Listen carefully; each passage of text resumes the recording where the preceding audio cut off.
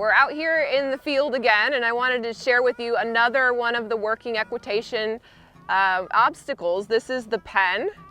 And so really with any of these obstacles that we're doing for working equitation, all of the work that we did on our dressage in the arena dictates whether or not this works or how well it works.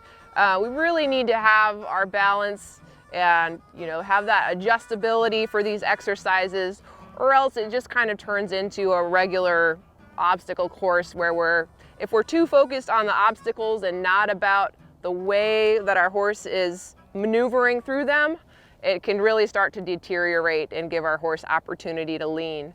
So as long as we keep the dressage work top of the pyramid, that always has to be there, then we can start to do more practical things with it, like these working equitation obstacles, which are just so much fun.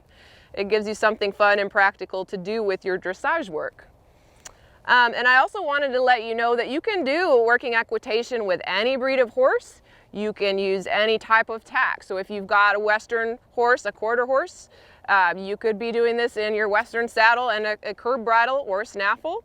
Depending on the level, you can do this in your dressage saddle. Either way, it does not matter. Any horse, any discipline is welcome to do working equitation. So with that said, we'll go through kind of the key elements of riding through the pen obstacle. We'll just go through it at the walk first. And then eventually we'll be cantering through it. So, and all of these levels, they give you option of, at the lower levels you'll be trotting through. At the upper levels, they want to see you cantering through most of this obstacle course. So you do need really that, just what I was showing in the arena, that adjustability of the canter itself to be able to do this sort of exercise. So if I am riding in here on my left lead, I'm going to make sure that I've got my horse in left flexion. And we're just going to be doing a really tight, almost working pirouette around this barrel. I'm going to exit kind of at an angle here. Right about here, I'd be doing my flying lead change. And then rolling my horse back so that I can come in here now on the right lead, working pirouette around the barrel. And I should say that in some countries, this is not a barrel. This might be a pen of chickens or a pen of goats.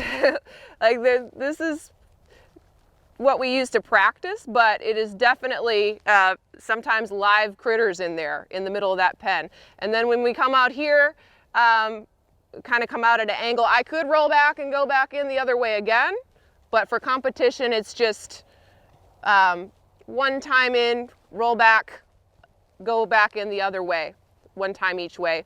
And then for the speed class, they just have you going one way. You don't have to do the rollback part. So now I'll go ahead and demonstrate that at the canter. Again, I'm going to make sure that I've got the balance of my canter really correct before I go. I'm going to circle here for a second.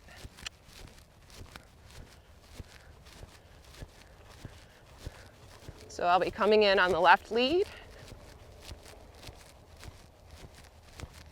Again, doing this working pirouette right around here. Come out, change the bend, change the lead, roll back. Right back in the other way. So Veronica makes it look easy because she's so balanced, but I just want to remind everybody watching that has taken years of dressage training to get that kind of a balance built up on her. And for your horse to be able to squat and really turn around that barrel without leaning its shoulder, it's going to take some serious effort in the dressage arena before we would ever want to come out here and try it on the obstacles. But that was very good.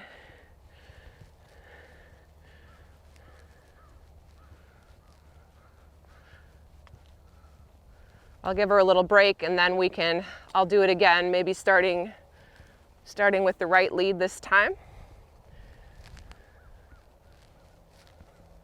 So I'll gather her up, Again, starting from balanced place. Pick up my right lead canter.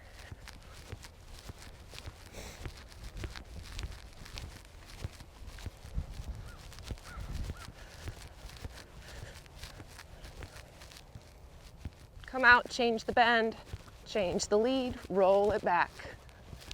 Woo, almost turned too far. And back in. Good. Very good. So the overturn there on the rollback part was, again, her getting a little bit sticky. So I want to be able to start and stop that turn at any point and be able to send her forward. So I'm just going to go one more time and see if we can clean that up just a little bit more and end it. I want to end it on a good, correct note so that we're set up to do better tomorrow. So here we go. Right lead. As I come in and start the turn, I'm going to step in my right stirrup, come out, change the bend, change the lead. Keep that roll back a little more forward. Good. Here we go. Step in the left stirrup. Very good. So that was a good example of just flowing through the pen in a good balance. You know, she's really having to set back on her hocks in order to do that. And so in order to do that, we've got to have the forehand elevated. And that's where all of that really good dressage work comes in, extending, lengthening and shortening. All of that kind of work is going to make this sort of an obstacle possible. And then we can start to have a lot of fun with it.